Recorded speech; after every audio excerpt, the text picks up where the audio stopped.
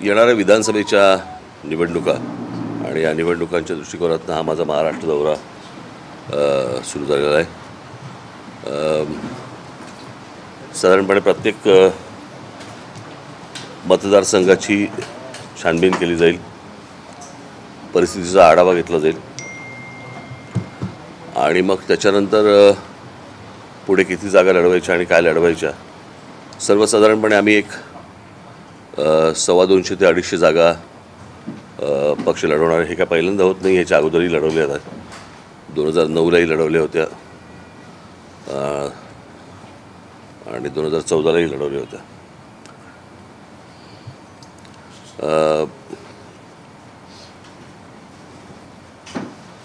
बस त्या दृष्टिकोनातून माझा सगळा दौरा आहे। आता याच्या पलीकडे मी तुम्हाला आता काय सांगू तुम्हाला। राज्यामध्ये एक वातावरण जे आहे ते जातीवादी वातावरण झालेलं पाहायला मिळतं। या पार्श्वभूमीवर मराठवाडा दौरा आहे, मराठवाड्यामध्ये हे सर्वात जास्त परिस्थिती निर्माण झालेली आहे।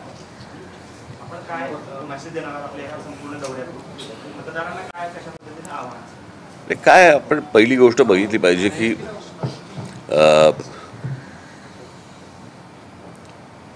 मुळात हा विषय कसला आहे। विषय आहे शिक्षणाचा, विषय आहे नोकरीचा,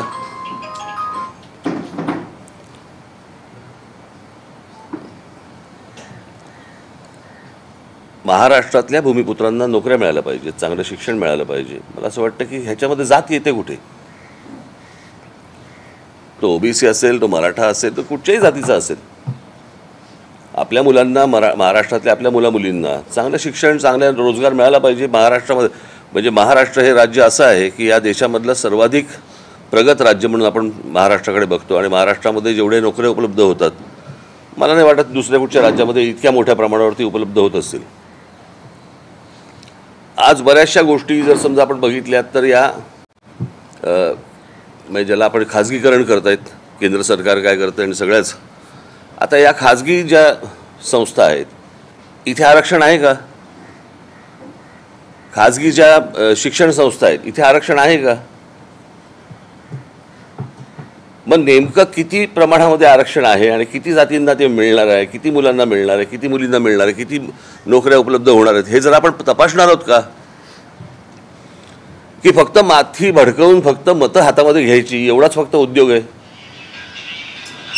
आपण मला असं वाटतं काही गोष्टी नीट समजून घेतल्या पाहिजेत। हे सगळं जे राजकारण चालू आहे हे कोणाच्या ना कोणाच्या तरी खांद्यावरती बंदुका ठेवून फक्त राजकारण सुरू आहे आणि मतं फक्त हातामध्ये घेणं सुरू आहे। याच्या पलीकडे ना त्या आपल्या ओबीसी असतील, नाही तर मराठा असतील, नाही तर अजून कुठच्या मुलामुलींचा ह्याच्यामध्ये विचार नाही आहे। हे फक्त मतांचं राजकारण आहे। मला असं वाटतं प्रत्येक समाजाने ही गोष्ट समजून घेतली पाहिजे की आपल्याला मूर्ख बनवत आहेत आणि ह्याच्यातनं हाताला काही लागणार नाही आहे।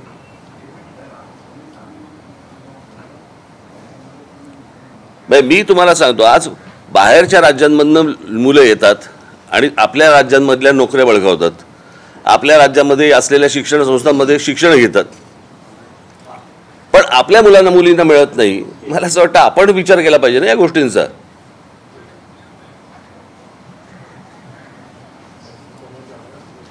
आणि मग या शिक्षण संस्थांमध्ये या मुलामुलींना का नाही आपल्याकडे शिक्षण मिळत, बाहेरच्या मुलांना का मिळतं? मग ते सगळ्या गोष्टी पैशावरती येतात।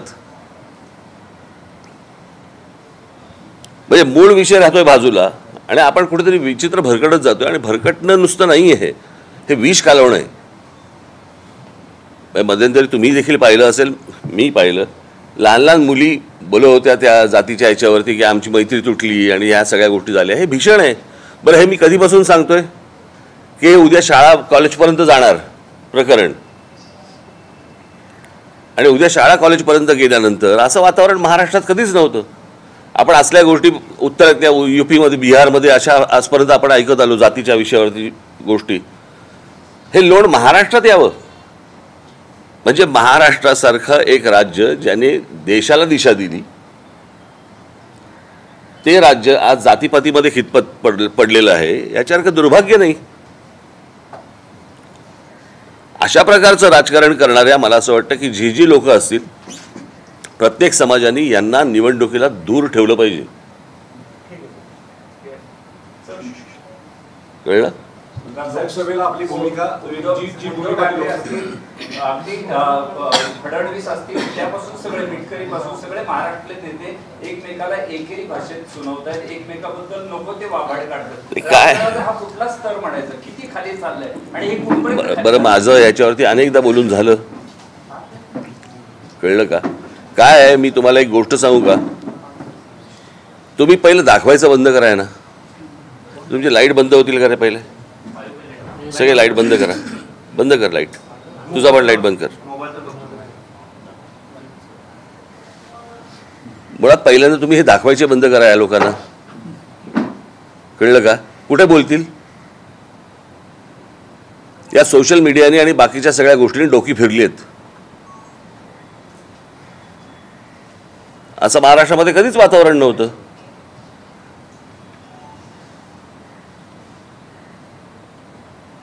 त्याच्यामुळे मला असं वाटतं की पहिली जबाबदारी तुमची येते.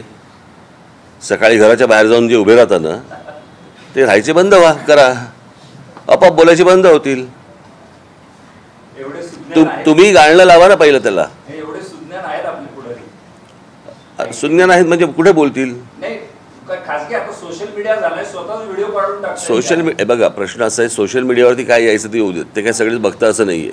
पण चॅनल तर लोक बघतात की नाही, बरोबर की नाही? सोशल मीडियावरचं तुमच्या मोबाईलवरती येईल, पण चॅनलमध्ये अख्खं कुटुंब घरामध्ये बघतं ना.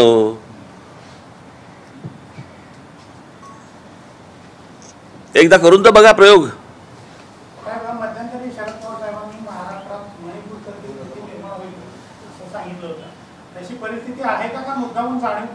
नाही, मला असं वाटतं शरद पवार साहेबांनी याला हातभार लावू नये, कळलं का? महाराष्ट्राचा मणिपूर होणार नाही याची काळजी मला असं वाटतं शरद पवार साहेबांनी घेतली पाहिजे. त्यांचं आजपर्यंतचं राजकारण पाहता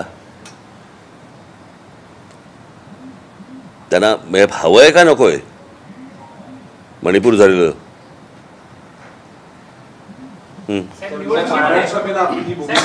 थांबा जरा 1-2 मिनिटं.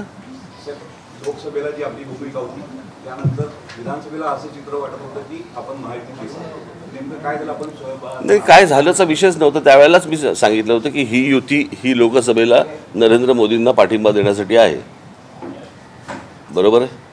त्याच्यामध्ये मी कधी बोललो का विधानसभेचा काही विषय बोललो का? नाही बोललो. मोदी सरकार येताना भ्रष्टाचार संपू, महागाई कमी करू ही सुद्धा आश्वासन दिली होती, बेरोजगारी संपू, ही तिन्ही सोडली. बाकीच्याच कृतीवर म्हणजे बाकीच्या मुद्द्यावरती मी 2009ची माझी भाषणं काढून बघा, कोणी मला साथ नाही दिली. प्रश्न असा आहे ना की मी तेव्हा पण सांगत होतो, माझं आजही म्हणणं आहे, मला असं वाटतं 84 साली राजीव गांधींना जे बहुमत मिळालं त्या बहुमतानंतर नरेंद्र मोदींना बहुमत मिळालं 30 वर्षानंतर, बरोबर? आपण निवडणुकीच्या अगोदर काय बोलतो आहोत आणि निवडून आल्यानंतर आपण काय करतो याचं जर भान सुटलं तर हे असं होतं. याला जबाबदार कोण, मोदी आहेत का अमित शहा का दोघेही? दोघेही. आपण जेव्हा विधानसभेला समोर होतो त्या ब्लूप्रिंट सारखे प्रयोग केले, सगळ्यांना समोर विकासनामा ठेवला होता. आता समोर जाताना नवीन काही कल्पना असतील लोकांसमोर काय? जरा 2 मिनिटं थांबा रे. मी कुठे चाललोय का मला जरा सांगा? प्रश्नांची आपली घाई. ह्याने विचारलेल्या प्रश्नाचं उत्तर तर देऊ देत मला. हा, ब्लूप्रिंट मांडली होती आपण, लोकांसमोर विकासाचे वेगवेगळे मुद्दे ठेवून निवडणुका सामोरं जातात. यावेळेस कसे मुद्दे असणार? मी एकदा एका पत्रकार परिषदेला असताना मला एका पत्रकाराने विचारलं होतं की तुम्ही ती जी ब्ल्यू फिल्म आणली होती तर मी म्हटलं की मी ती आणली असती तर बरं झालं असतं, किमान तुम्ही पाहिली तरी असती. कळलं का?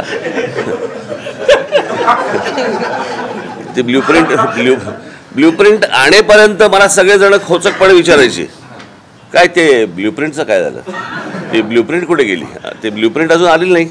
ज्या दिवशी आणली त्याच्यानंतर आजपर्यंत मला कोणीही पत्रकारांनी प्रश्न विचारला नाही या ब्ल्यूप्रिंटचं काय झालं किंवा कोणी वाचली आहे काही नाही. मी म्हटलं ती दुसरं आणलं असं बरं झालं असतं, घराघरात पाहिली तरी असती, आतापर्यंत पाठ पण झाली असते तुमची.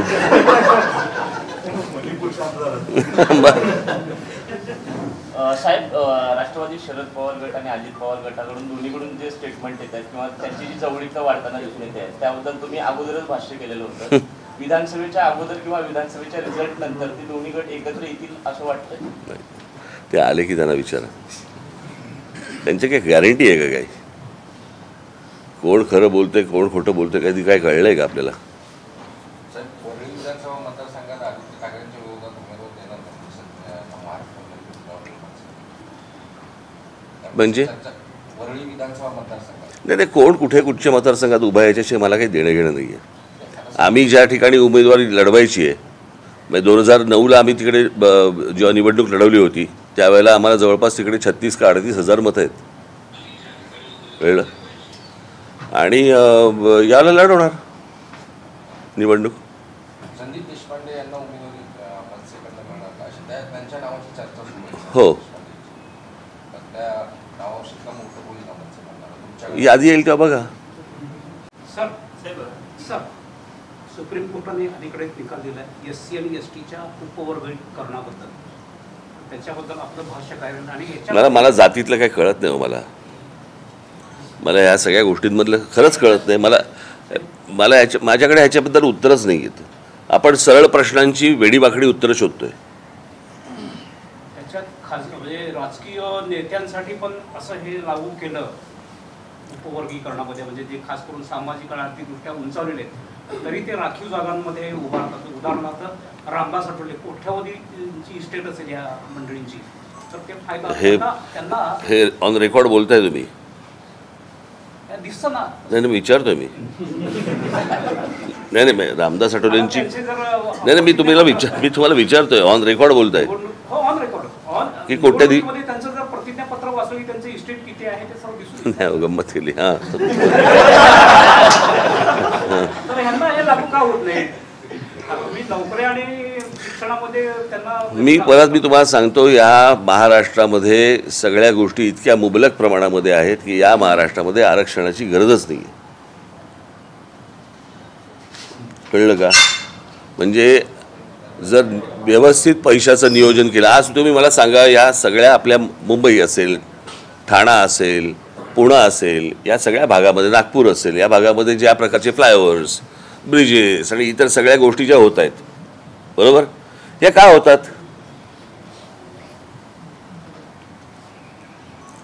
मूळच्या लोकसंख्येसाठी नाही होत, बाहेरून भरून आलेल्या लोकसंख्येसाठी होते ना.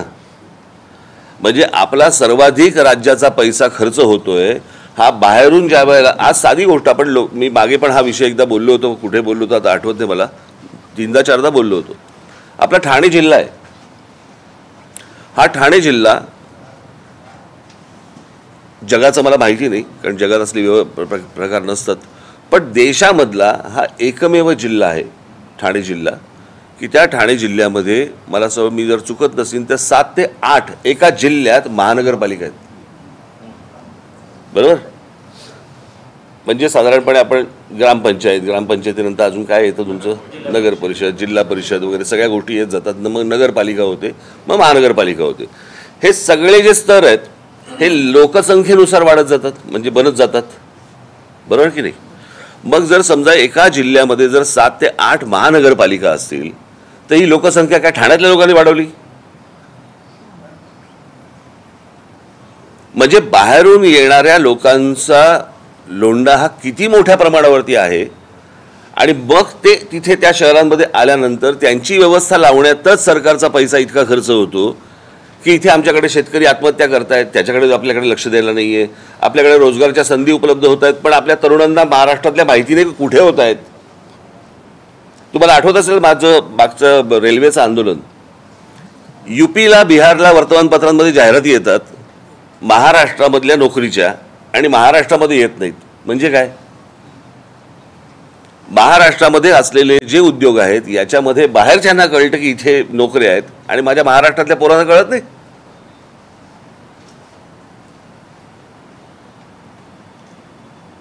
त्यांना नोकऱ्या करायच्या आहेत, त्यांना त्यांचं आयुष्य उभं करायचं आहे.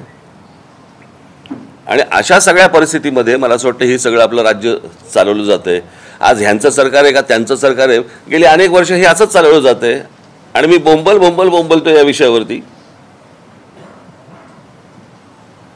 आता तर त्याची ती यादी पण येत नाही तुमची, काय ती बेरोजगारांची जी येते ती यादी यायची बंद झाली. सगळ्याच गोष्टी बंद झाल्या.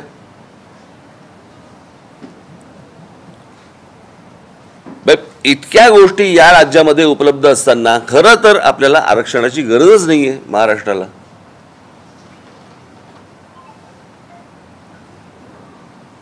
मी नेहमी सांगत आलो आपल्या महाराष्ट्रातल्या मुलामुलींना पहिल्यांदा प्राधान्य द्या, 100%. उरल्या तर बाहेरच्यांना बोलवा.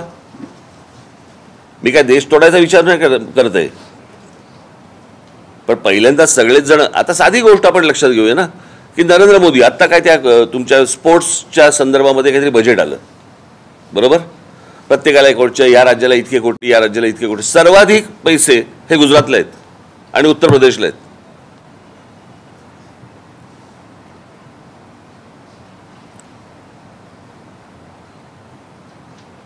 माझा आक्षेप तर याच गोष्टींसाठी आहे ना. तुम्ही जर माझी सगळी जर अगोदरची भाषणं ऐकली तर त्याच्यावरती माझं हेच म्हणणं होतं की या देशामधल्या प्रत्येक राज्य हे नरेंद्र मोदी म्हणजे पंतप्रधान म्हणून त्यांनी समान पद्धतीने पाहिलं पाहिजे. उद्या ते म्हणतात ऑलिम्पिक्स आणायचे गुजरातमध्ये, देशातलं सगळ्यात मोठं स्टेडियम बांधायचं आहे गुजरातमध्ये. असं कसं करून चालेल? उद्या समजा मराठी पंतप्रधान झाला आणि त्यांनी समजा महाराष्ट्रामध्ये पण अशा प्रकारच्या गोष्टी आणायच्या केल्या तर मी त्याला विरोधच करीन.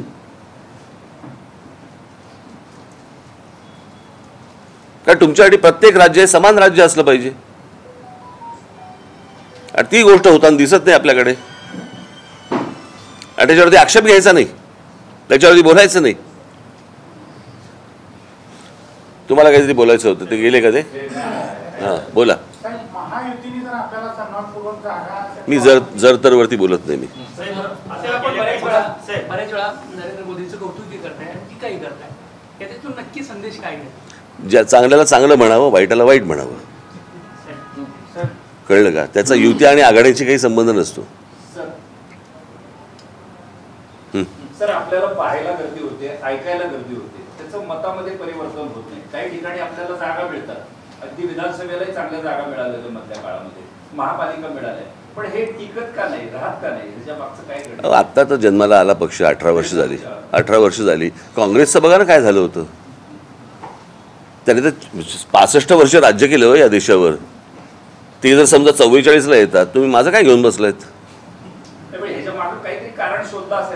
काय असतात काही बघा, लाटा येत असतात, वेव्ज असतात, त्यावेळेला लोक त्या गोष्टींचा विचार करत असतात, परत येतात. परत तुम्हाला या विधानसभेला दिसेल, निश्चित दिसेल. आणि काही दिवसांमध्ये आपल्यावर आता पर्सनली टीका होताना पाहायला मिळते. म्हणजे विरोधी पक्षातले जे नेते आहेत, विशेषतः संजय राऊत असतील, आता आपण पण म्हटले की तुम्ही सुपारी बाहेर आहात किंवा काय मी म्हटले की बाबा तडजोडीचं राजकारण आहे राज ठाकरेंचं. काय अजून मी बोलायला सुरुवात नाही केली आहे. आता जेव्हा मी बोलायला सुरुवात करीन ना त्याला बघू कोण कोण किती किती काय काय बोलते ते.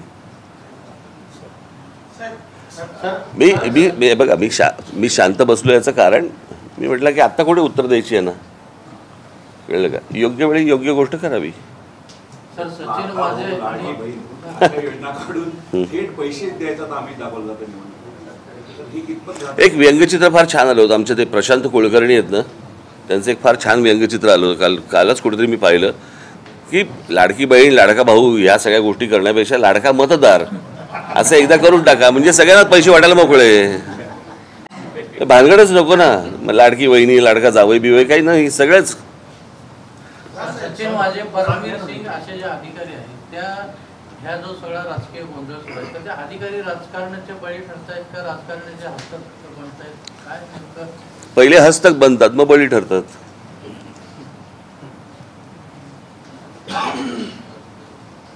अजून काय सांगू? मध्यंतरी मागील विधानसभा निवडणुकीमध्ये लावरेपूर व्हिडिओ आपण जो कन्सेप्ट वापरली होती त्याने चांगल्याची धावे जाणवली होती. त्यावेळेस तशी काय नवीन कन्सेप्ट असला तर बघू आता जसं सुचेल तसं येईन समोर. पवार जनसंवाद यात्रा काढत आहेत. निवडणुकीच्या दृष्टीकोन आपण नाशिकमधून त्याची सुरुवात मी काय बघायचं त्याच्याकडे? माझा आज दौरा सुरू होतो, ते काय बघतात माझ्याकडे? काय प्रश्न आहे घ्यायला? काही कसा बघतो मी? असा बघतो त्याच्याकडे. काय अर्थ आहे का त्याला? कसा बघताय त्याच्याकडे?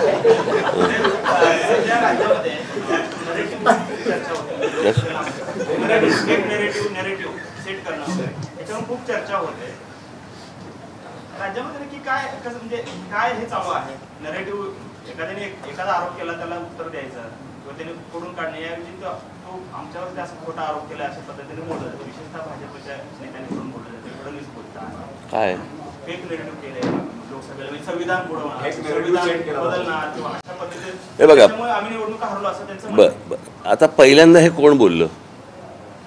पहिल्यांदा त्यांचा अयोध्येचा उमेदवार बोलला, भारतीय जनता पक्षाचा उमेदवार बोलला ना की 400 पार झाले की आम्ही संविधान बदलणार. म्हणजे त्यांनी विरोधकांना नरेटिव्ह दिला ना, तोपर्यंत कुठे चर्चा पण नव्हती या गोष्टींची. त्याच्यानंतर त्यांचेच काही लोक बोलले परत या विषयामध्ये, तिथून हे सगळं सुरू झालं.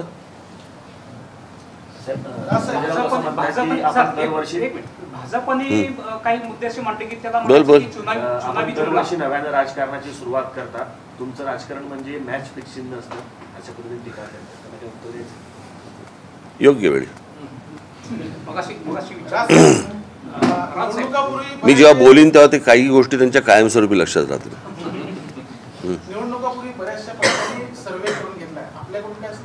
मी माझ्या पक्षाची लोकं पाठवली होती, मी कुठची एजन्सी पाठवली नव्हती. आणि महाराष्ट्रातल्या प्रत्येक जिल्ह्यामध्ये जाऊन आमच्या पक्षाचे 5-5, 6-6 लोक जाऊन त्या तालुक्यांचा सगळा अभ्यास करून आले. आणि ते 2दा करून आले. एकदा आमच्या जिल्ह्यातल्या पदाधिकाऱ्यांना न सांगता गेले आणि एकदा सांगून गेले पुढे. आत्ता देऊ काय स्ट्रॅटेजी काय वाटते तुम्हाला? म्हणजे काय असेल तुमची स्ट्रॅटेजी सांगू मी काय तुमचं? आपल्या पक्षाने काही आंदोलनं घेतली बऱ्या प्रमाणात ते यशस्वी झालं आपलं आंदोलन किंवा तो स्पीकर बंद करा धर्मस्थळावरचा अशी आंदोलन घेतली पण ते अर्धे प्रश्न सुटले. तर आपली सत्ता येताना किंवा आपल्या भाषणामध्ये या मुद्द्यांना प्राधान्य अर्थातच असणं अर्थात असणं.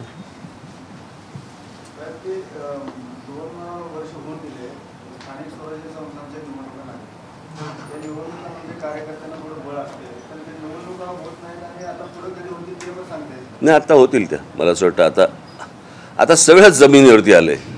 त्याच्यामुळे आता मला असं वाटतं मार्चमध्ये वगैरे लागतील निवडणुका. तुम्ही 2019 नंतर 5 वर्षानंतर सोलापुरात आला, तर एवढ्या दिवस म्हणजे सोलापूरला का तुम्ही आला नाही? रस्त्याचं काम सुरू होतं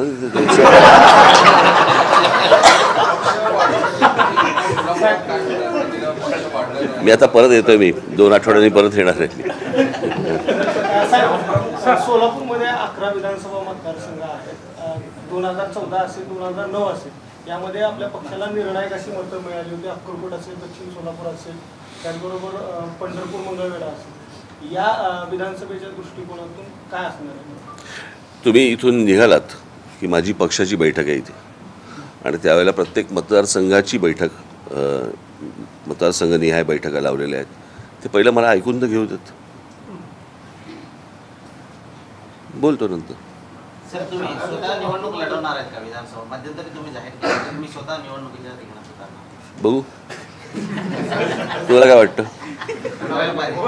काय कारण? आता प्रत्यक्षात विधानसभेत पाहिजे ना तुमच्यासारख्या राज्याला एक आश्वासन द्यायला मिळेल कारण आता परिस्थिती नाही आहे. चला धारावीच्या प्रश्नावर शरद पवारांनी मुख्यमंत्र्यांची सोलापुरात धारावीवर प्रश्न विचारले.